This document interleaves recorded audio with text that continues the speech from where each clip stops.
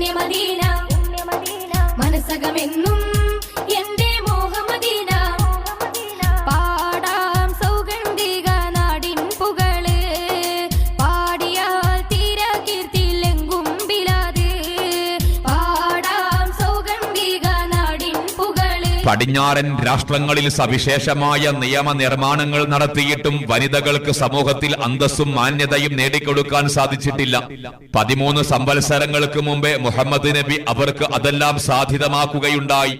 പ്രശസ്ത സാഹിത്യകാരൻ പെരിക്രാബിൻസ് പറയുന്നു, ജർമ്മൻ എഴുത്തുകാരൻ നോൾഡിക്ക് പറഞ്ഞത് ഇപ്രകാരമാണ്: സ്വാർത്ഥികളായ അറേബ്യൻ സമൂഹത്തോടുള്ള പ്രവാചക സുവിശേഷങ്ങൾ അവരെ എങ്ങനെ പരിണമിച്ചു എന്നതിന് പിൽക്കാലത്തെ അവരുടെ പരിവർത്തനങ്ങൾ സാക്ഷ്യമാണ്.